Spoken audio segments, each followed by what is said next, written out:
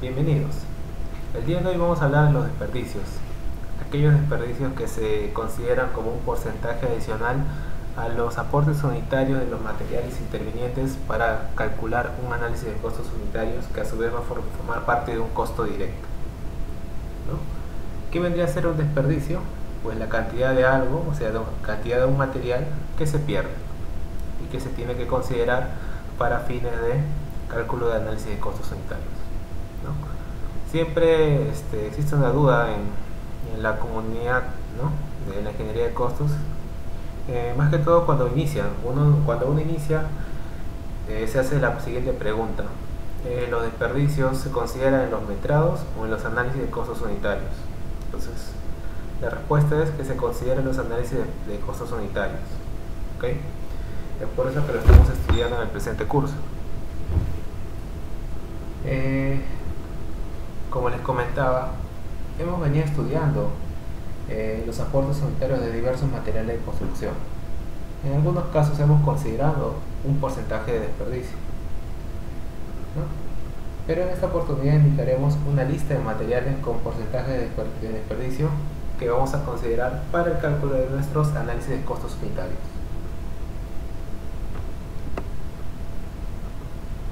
Bueno, el video sería breve si les indico que el desperdicio de los materiales son los que se muestran en esta tabla, ¿no? Y efectivamente, habíamos hablado de que el desperdicio para el concreto es del 5%, para el mortero es del orden del 10%, para lo que son ladrillos de muros de techos y losetas para pisos y mayólicas 5%, clavos 15%, madera 10% y acero de refuerzo va a estar en función del diámetro, ¿no? Es lógico que mientras mayor sea el diámetro del acero de refuerzo, mayor sea el porcentaje de desperdicio. Como les decía, el video sería breve, pero no sería interesante. Es por eso que nosotros iremos más lejos, ¿no? Y analizaremos y concluiremos que estos desperdicios, si bien son aproximados, en la práctica existen una serie de factores que pueden sub o sobreestimar el costo de los proyectos, si es que no se consideran los desperdicios adecuados. Entonces, para finalizar el primer punto, esta tabla va a ser utilizada para formular nuestros análisis de costos unitarios. Que quede claro eso. Sin embargo, nosotros vamos a ir a analizar en qué medida podrían variar estos tipos de desperdicios para distintos tipos de materiales, ¿no? Por ejemplo, aquí podemos hablar de concreto premezclado, ¿no? Uno dirá, bueno, el concreto premezclado, yo le compro a Bonicom, a FIR o a Mixercom, y ellos me tienen que traer prácticamente el volumen que yo compro, que yo solicito para mi vaciado de un elemento estructural. Sin embargo, pues la práctica y la experiencia y la investigación científica han demostrado pues de que va a existir siempre una diferencia entre la calidad entregada y solicitada. Pues ¿por qué? Pues podrán ser marcas reconocidas, pero sin embargo todo ello está supeditado siempre al error humano, ¿no? Tú no puedes garantizar de que si tú pidas 8 metros cúbicos, por allí el mixer te esté entregando 7.95 metros cúbicos y tú ni siquiera te das cuenta. ¿Por qué no te das cuenta? Porque al final de la jornada tú has vaciado el elemento que querías concluir en ese día. Entonces hay que tomar en cuenta ese factor, ¿no? Otra forma de desperdicio que puede existir si es que consideramos los equipos en mal estado, ¿no? ¿A qué me refiero con equipos en mal estado? Pues si tenemos un encofrado deficiente, va a existir filtración del concreto, ¿no? Asimismo, en las tuberías que se puedan, en donde se bombea el concreto, también queda concreto. Una vez que se termina de vaciar un elemento estructural, siempre en la bomba queda un residual de concreto que no se puede bombear, ¿no? Siempre se queda ahí aproximadamente medio metro cúbico, que pues vendría a ser una pérdida, ¿no? Si por A o B ya faltaría para llenar el elemento, usualmente mediante baldes los peones van suministrándolo, ¿no? Pero sería lo prácticamente mínimo para culminar el vaciado. Entonces allí también hay pérdidas que nosotros a veces no lo tenemos en cuenta. Y créanme que no es el 5% que indica la tabla, es mucho mayor. ¿Ok? Pedidos excesivos. ¿A qué se refiere el tema de pedidos excesivos? Pues se refiere pues cuando uno cubica mal. Que uno cuando empieza pues en su primera obra como residente, pues o como asistente residente, lo primero que uno aprende pues es a cubicar, ¿no? Aprende o aprende a veces equivocándose. Entonces nosotros si cuantificamos por exceso la cubicación de un elemento estructural, pues voy a culminar mi vaciado, pero me va a sobrar 1 o 2 metros cúbicos. ¿Por qué? Porque yo me he excedido en la cubicación de los elementos, ¿no? Básicamente es por error en la cubicación, ¿no? Asimismo, podemos tener también errores en el espesor excesivo de elementos estructurales. Por ejemplo, yo voy a vaciar una zapata, una cimentación, y si por obra en la excavación, ¿no?, el topógrafo o el maquinista estaba distraído para establecer el nivel de fondo de cimentación, pues puede que haya habido una diferencia o un exceso de excavación. Y si bien es cierto, o sea, aparte de la cimentación, el fondo de cimentación, y aparte que se excavó para colocar un solado, se excedieron en la excavación. Entonces ahí también hay un desperdicio, ¿no? Vamos a necesitar más concreto para vaciar ese elemento. ¿Estamos? Entonces ya tengan en cuenta, miren, solamente he colocado 4 factores. Sin embargo, hay muchos más que ya será materia de investigación por parte de ustedes, pero ya les adelanté. ¿Qué tenemos en el mortero? A ver, en el mortero también hay bastantes casos, ¿no?, en los cuales uno puede tener un mayor espesor al momento de un tarrajeo, por ejemplo, ¿no? Por ejemplo, a ver, un caso que tuve fue cuando había culminado el vaciado de una losa aligerada, ¿no? Entonces los pies derechos, pues por un tema de que para evitar que ceda la losa se tiene que dejar una determinada cantidad de días, una semana. Sin embargo, los operarios, no sé, hubo un descuido y ellos sacaron los pies derechos a temprana edad. ¿Eso qué propició? De que en un ambiente, ¿no?, si tenemos que ya el topógrafo fue establecido al nivel, ¿no?, el nivel de 1 metro de nivel de piso terminado, y a su vez que ese ambiente va a tener un nivel de altura libre de 2,40 metros, ¿qué pasó con esos dos ambientes que estaban juntos? Pues uno se quedó con los pies derechos y otro sí cedió. Al que cedió, prácticamente cuando uno iba a tarrajear el cielo raso, pues no, si le colocabas 1 centímetro de tarrajeo no llegabas a la altura de 2,40, tenía que ser menos. No estamos hablando de 8 líneas, 9 líneas. Y ustedes saben que un tarrajeo con 1 centímetro el tarrajeo no pega, ¿no? Tiene que ser para un buen trabajo 2 centímetros aproximadamente. Y en el otro caso, ¿qué pasaba? Pues que también habían fallado en los niveles y tendrían que colocar un mortero de 2 centímetros y medio para poder llegar al nivel establecido, ¿no?, del ambiente.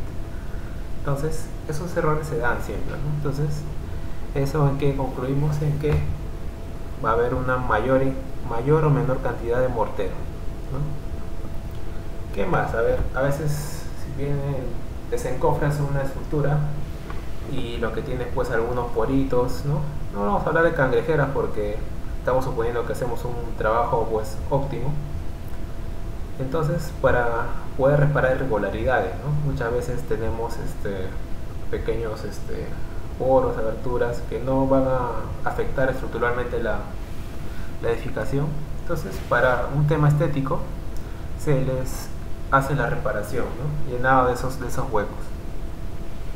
Y finalmente, cuando hay modificaciones o retrabajos, ¿no?, a veces puede que hayas realizado un trabajo X, tarrajeo, pero por OB hay una modificación al proyecto, no sé, el cliente no está de acuerdo con con esa distribución y pues tienes una modificación, ¿no? De esa manera obtenemos desperdicios para el mortero.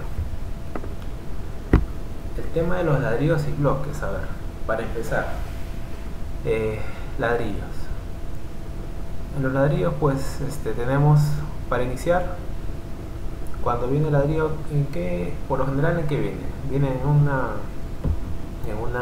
un camioncito, y ese camioncito pues viene todo ya hasta como algunas unidades ya rotas en el camino, en el traslado ya ha tenido ahí que surfear algunos baches o algunos rompemuelles. Entonces una vez que llega a obra, ¿qué pasa? Tienen que hacer lo que es la descarga, ¿no? Entonces, ¿qué hacen? Si van a dejarlo ya para un segundo piso, empiezan a bolear. Y si es para dejarlo ahí, todavía no tienen frente, lo dejan ahí, pues, ¿no? A nivel de piso, a nivel de piso natural. Y las condiciones de almacenamiento también, ¿no? Si no tienes unas condiciones de almacenamiento adecuadas, pues el ladrillo puede estar susceptible a que entren los trabajadores, ¿no? Puede estar al costado del almacén, al costado del vestuario, no lo sé. La otra causa es que el corte de las unidades para obtener medios tercios. Esto ocurre más que todo en los ladrillos cuando tienes una estructura de tipo albañilería confinada y estás realizando el dentado, ¿no? El dentado, que pues es un ladrillo está a nivel de la columna, otro ladrillo retrocede unos 5 centímetros para darle un confinamiento adecuado. Pues sabemos que la unidad de la albañilería tiene pues es monolítica, por decirlo así, ¿no? No tiene ningún plano de falla, ningún plano de corte para poder tener cortes perfectos a la mitad o al tercio para poder llegar pues a la longitud del paño requerido, ¿no? Entonces básicamente eso, ¿no? Y respecto a los bloques, a ver, respecto a los bloques, me refiero a los bloques, son los ladrillos de techo, como lo llamo. Bloques es lo que estipula la norma 070 de albañilería, ¿no? El nombre técnico de bloques. Entonces respecto a los bloques, ¿qué es lo que tenemos? Primero que el tema de la batería, ¿no? Batería de servicio higiénico, ¿no? Esa bendita tubería de 4 pulgadas, ¿no? del inodoro. Siempre va a haber un área pues de los servicios higiénicos donde, si bien es cierto, los planos te pueden decir que es techo aligerado, sin embargo pues de todas maneras van a tener que ir una serie de tuberías, ¿no? para poder culminar el servicio sanitario. Entonces ahí tienes que romper sí o sí una parte del ladrillo y evitar pues que cortar los elementos, en este caso de las viguetas, en una losa aligerada. Ahí también se generan esos desperdicios, ¿no? En el momento de que cortan los bloques, no puedes cortar de forma adecuada y ahí se vienen los problemas y al final termina faltando material. Bueno, el cemento prácticamente es igual que la del concreto, ¿no? Las mismas consideraciones, ¿no? Porque el cemento forma parte del concreto y bueno, adicionalmente a ello las condiciones de almacenamiento, ¿no? Si tienes unas condiciones inadecuadas, pues el concreto pues se puede porque más que todo el que está en la primera hilada puede empezar a fraguar prematuramente, ¿no? Porque está en contacto con la humedad del piso, si es que no está aislado. Finalmente, el acero. El factor fundamental del desperdicio del acero es al momento de doblar el corte. O sea, primero es cuando cortas, porque ya una vez que cortas luego doblas y ahí ya tienes que tener la medida específica. Y así mismo las condiciones de almacenamiento, ¿no? O sea, si tienes el acero expuesto a la intemperie, se va a empezar a oxidar y si pasa bastante tiempo el acero, el supervisor te puede rechazar ese material y tendrías que comprar nuevos paquetes, ¿no? Ahondando más respecto al corte de varillas, por ejemplo, si tengo un corte inadecuado, ¿qué va a propiciar? De que el detalle de los planos que me piden, por ejemplo, un doblez de 20 centímetros y un bastón o un elemento de 1 metro. Entonces teóricamente va a tener 1 metro de largo y 20 de doblez, pero acuérdense que aquí tenemos que el acero se curva aquí. Entonces la medida que uno va a requerir no va a ser 1 metro y 20, sino 1 metro y 20 más lo que se voltea aquí, no el radio de curvatura que tengamos aquí, ¿no? Entonces muchas veces los operarios se confunden en este tema, no calculan bien, terminan haciendo un doblez de modo que no te llega a la medida adecuada, ¿no? Si acá tenemos 1 metro y cuando dobla llega, digamos, acá que tiene que ser 20, llega a 18, 17. Entonces viene el supervisor y no te va a aprobar el armado de ese acero, ¿no? De esa columna, de ese elemento. Entonces, y así tenemos, pues, hemos comentado algunos causas de los cuales generan desperdicio en los materiales, ¿no? Entonces, para finalizar, espero que el video haya sido de su agrado. Acuérdense de que estaré subiendo videos interdiarios dependiendo de mi disponibilidad, y que les haya gustado el presente video, ¿no? Comenten, compartan y hasta luego.